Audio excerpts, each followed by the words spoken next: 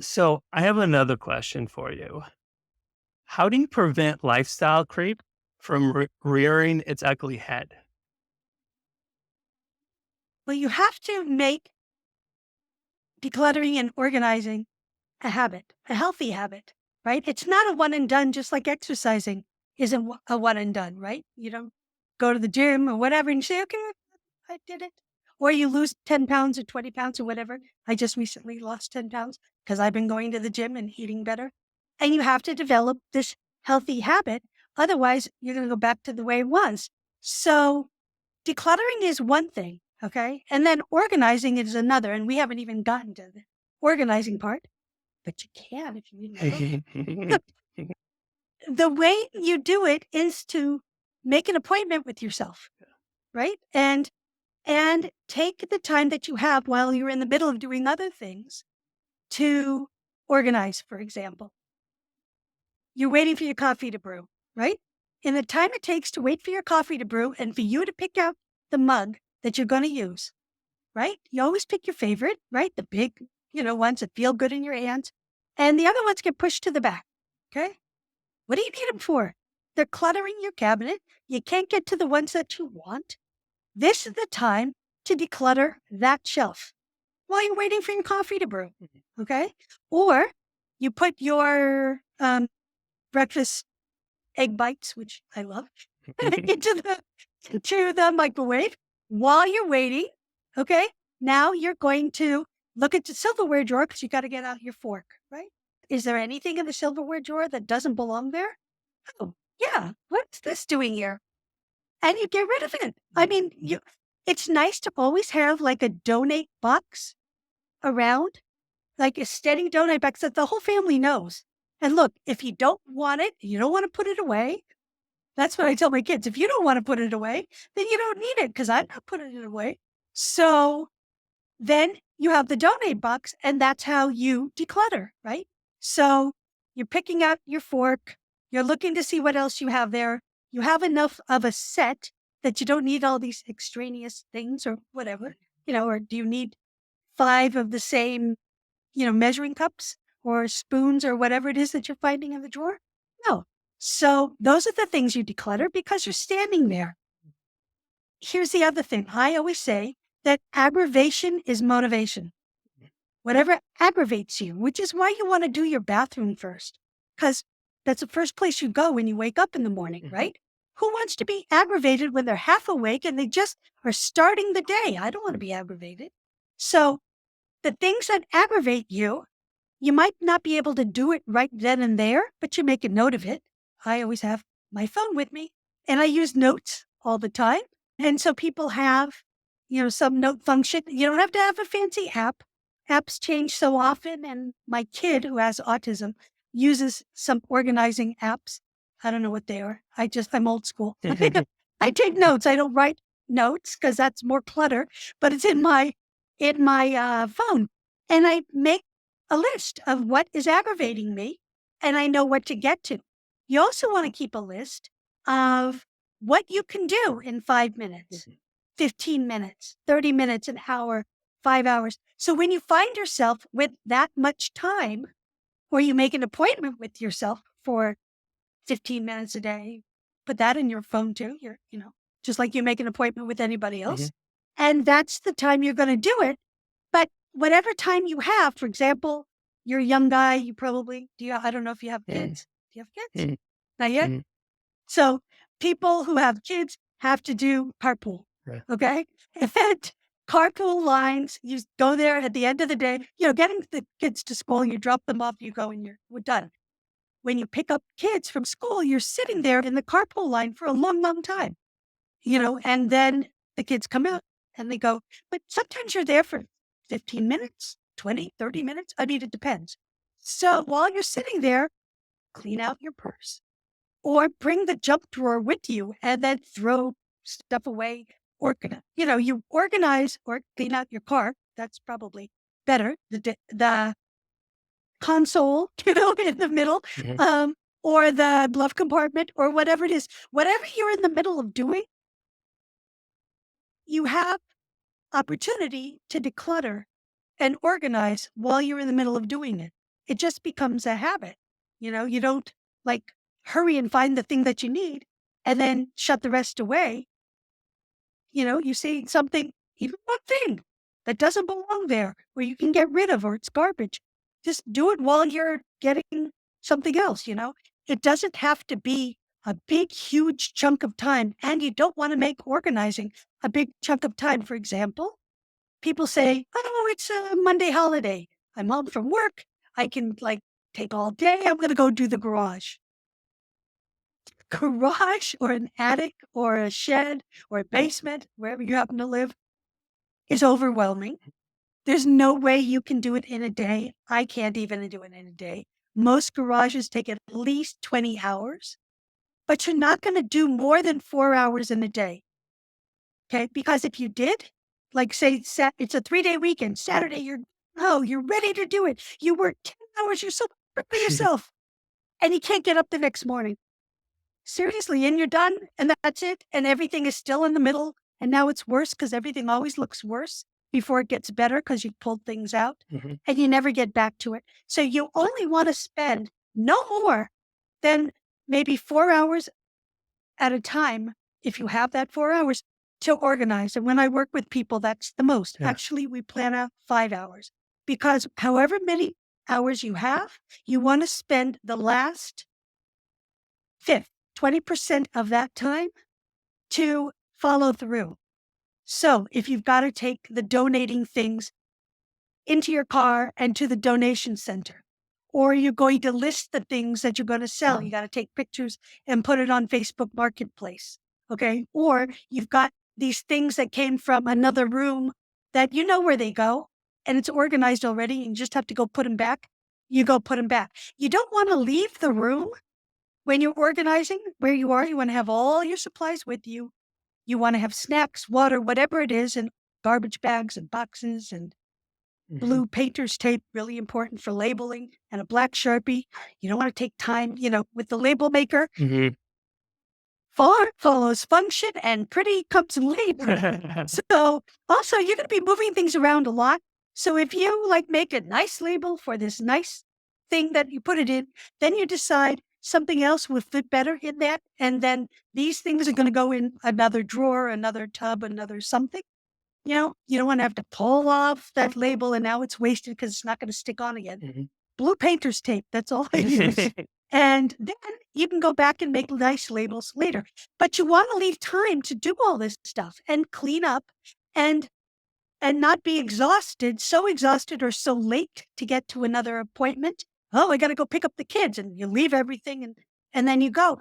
And so the last 20%, 1/5 of the time that you have, you want to spend. So you have 5 hours, you're going to spend 4 hours organizing and 1 hour for the follow through so that you're not exhausted. You can do it again and things look better, not worse.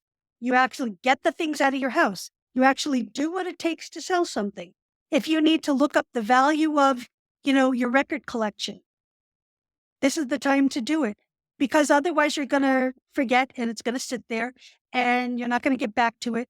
Or it's going to take you so long to remember, were these the things I was throwing out? Or were these the papers I have to shred? Or, are these the videos that I have to look at before I can throw them away? You forget. So you want to make sure that you have time to do that follow through.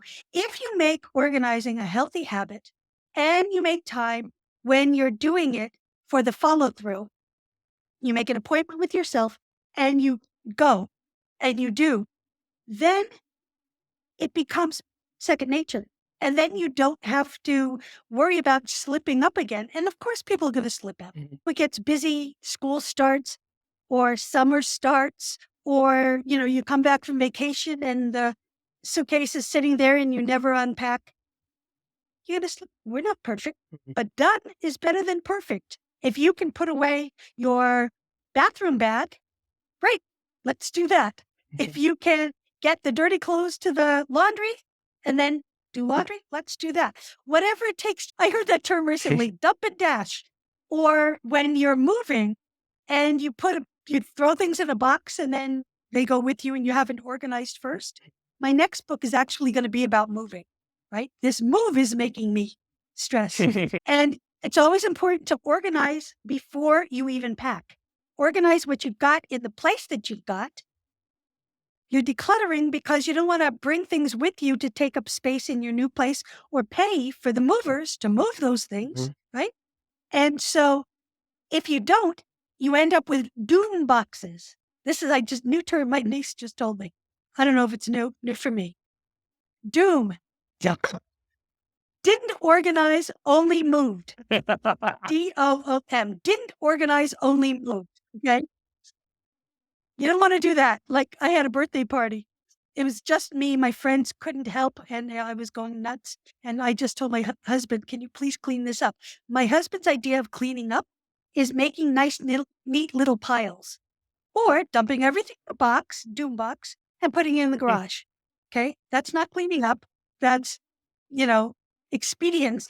But that expedience is going to drive you crazy because you're going to be looking for something. Now you got to go through all the boxes. You're going to look at those boxes and go, oh my God, there's so much work. Or you're going to forget about them.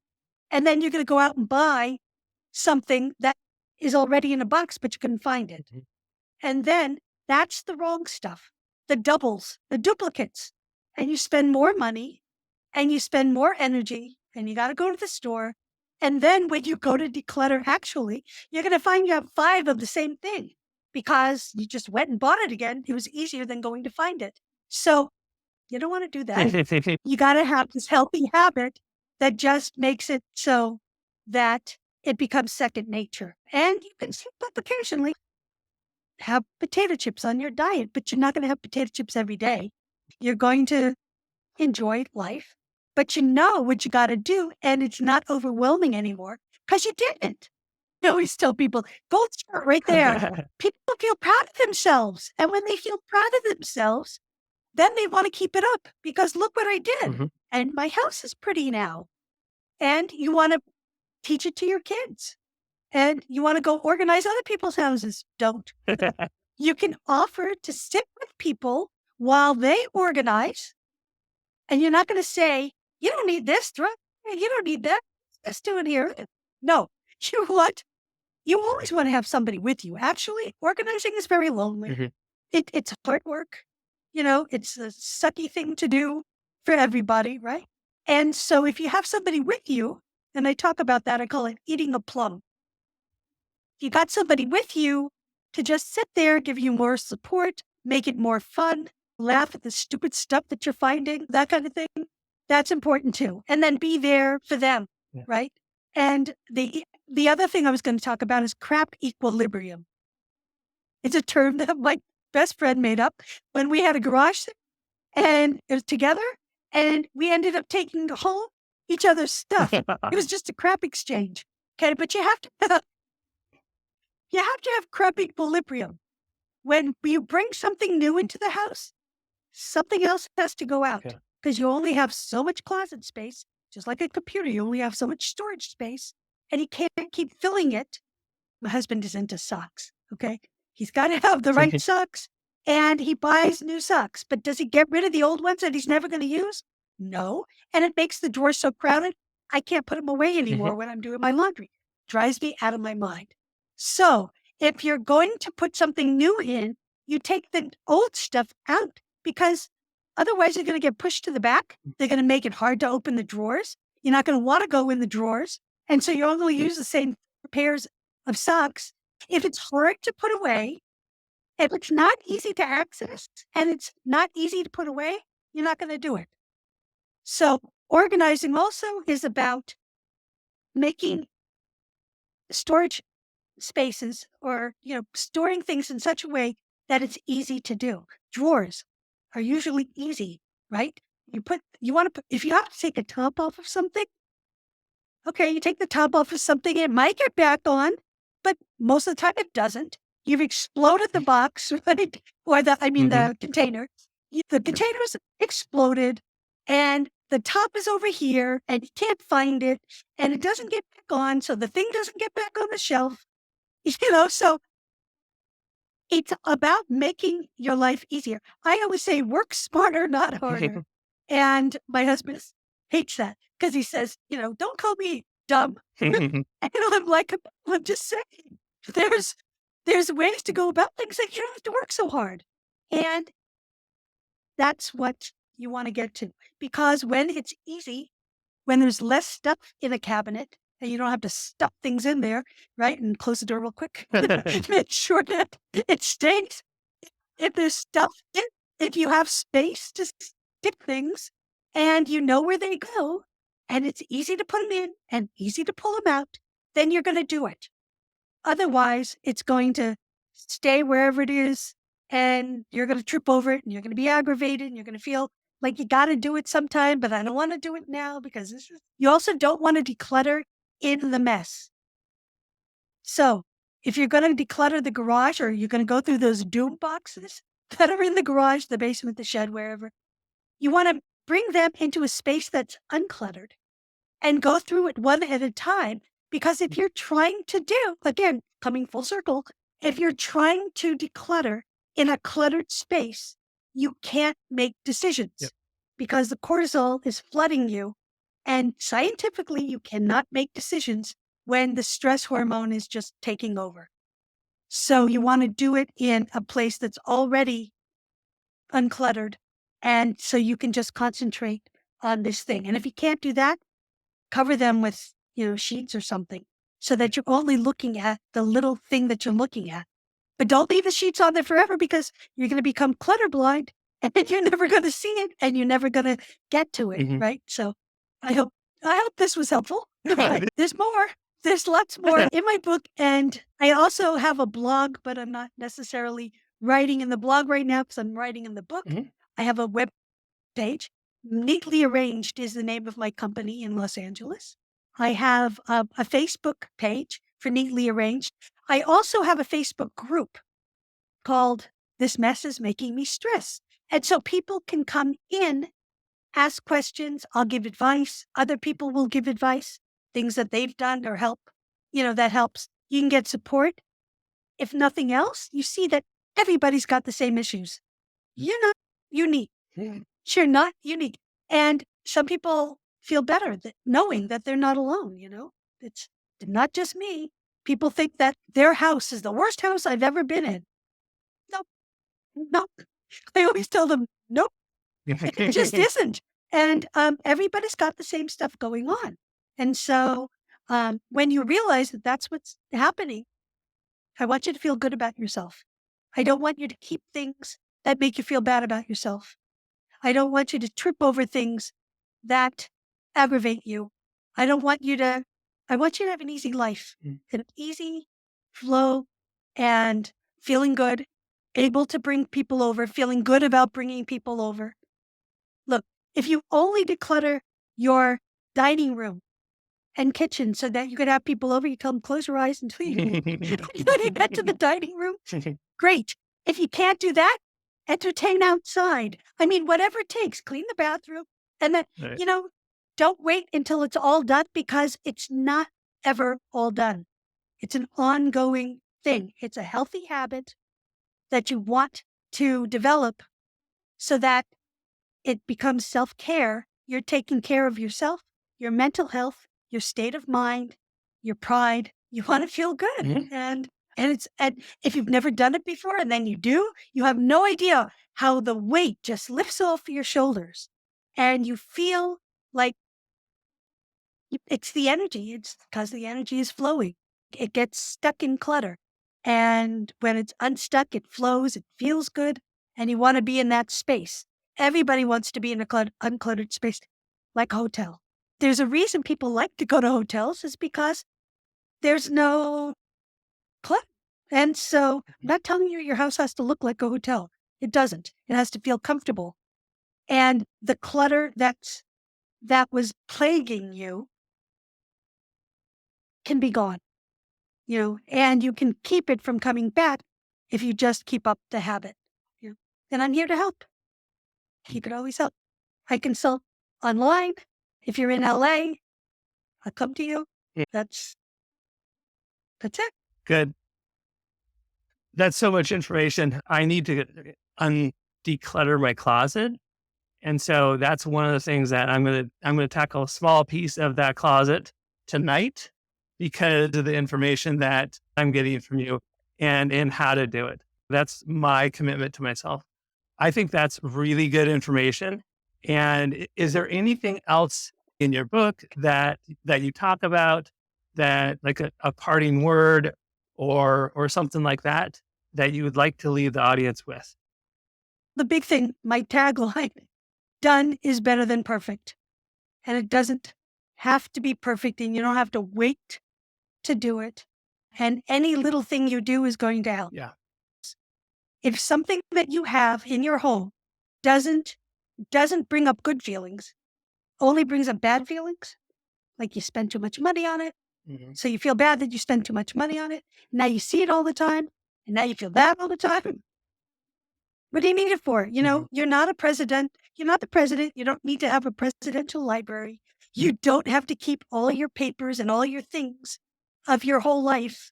You only need to surround yourself with the things that make you feel good. If it doesn't fit or flatter you or make you feel fabulous, you have my permission. Declutter and keep only the thing. Keep the best, reduce the rest. I like that. Thank you for coming on the podcast and sharing your knowledge, sharing your wisdom. Everyone has to deal with this on some level. And somebody like you that's out there, maybe they don't know about you. And you know, that's one of the reasons I'm here, is to help people know about others and share that knowledge. And so thank you. And I appreciate you being here. Thank you for having me. It's been fun.